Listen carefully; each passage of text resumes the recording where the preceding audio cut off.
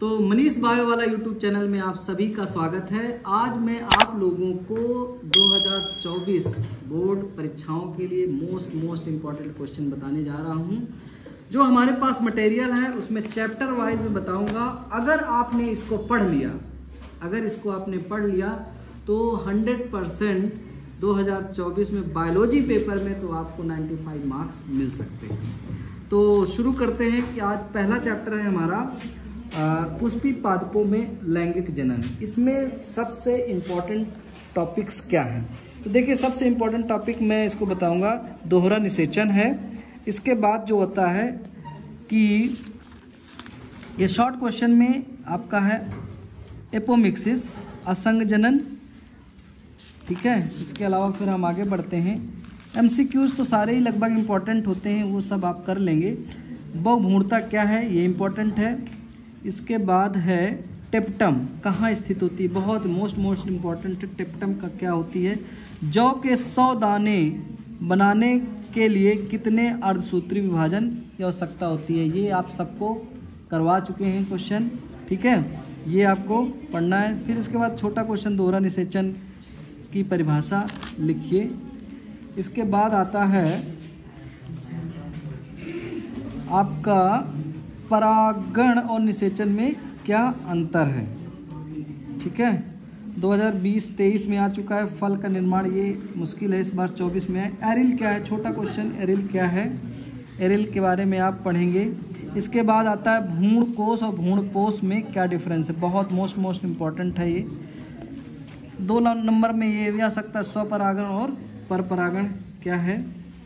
इसके बाद पॉलीएम्ब्रियानी छोड़ो इसको, ये आ चुका है, लेकिन एक बार शॉर्ट में आप पढ़ सकते हैं इसको।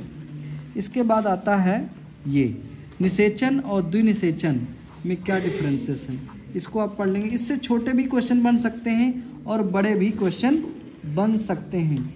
एक हमने एक क्वेश्चन कराया था, एक ये मेरी तरफ से, अगर पेपर बहुत टफ हुआ तो इस तरह का क्वेश्चन आया कि एक पुष्पी पादपों में द्विगुणित की संख्या, गुणसूत्रों की संख्या 16 है, तो निम्नलिखित भागों में गुणसूत्रों की संख्या बताइए। परागकण में बताइए, अंडे में बताइए, और पत्रदल में बताइए, प्रतिमुख कोशिकाओं में बताइए, प्राथमिक भ्रूणपोष में बताइए। तो ये मैं करा चुका हूँ, इसको एक बार ज़रूर आप पढ़ लेंगे। इसके अलावा आपका जो है एक बड़ा क्वेश्चन पूछा जा सकता है कि परागण क्या है, एक बड़ा लॉन्ग क्वेश्चन, पूरा उसके बारे में आपको बताना पड़ेगा। इसके बाद ये आपको एक एग्जाम्पलर का क्वेश्चन है कि एक समान भ्रूणपोष का चित्र आपको याद रखना है कि कैसे जो है इसका बनेगा। 23 में आ चुका है ये। हाँ, भ्रूण ये इम्पोर्टेंट है, ये इस बार आने की संभावना लग रही है। भ्रूणपोष क्या है और वो कितने प्रकार का पाया जाता है। इसके बाद ये बीजांड का चित्र आपको याद रखना है, इसको आपने बना लेना है। एक परागकण की सूक्ष्म संरचना, ये भी इम्पोर्टेंट है। आवृत बीजों के परागकण में अंकुरण की प्रक्रिया को उपयुक्त चित्रों द्वारा समझाइए। इसके अलावा आपको मैं इसका विस्तृत बताता हूँ कि कौन सा सही है। लगभग इस बार जो है, इस बार दोनों में देखिए आता है कि गुरु बीजाणु के बारे में पढ़ें सबसे ज़्यादा, कि जो है आप पढ़ें नर युग्मकोद्भिद के विकास के बारे में। ठीक है, तो इन दोनों में कौन सा ज़्यादा इम्पोर्टेंट है,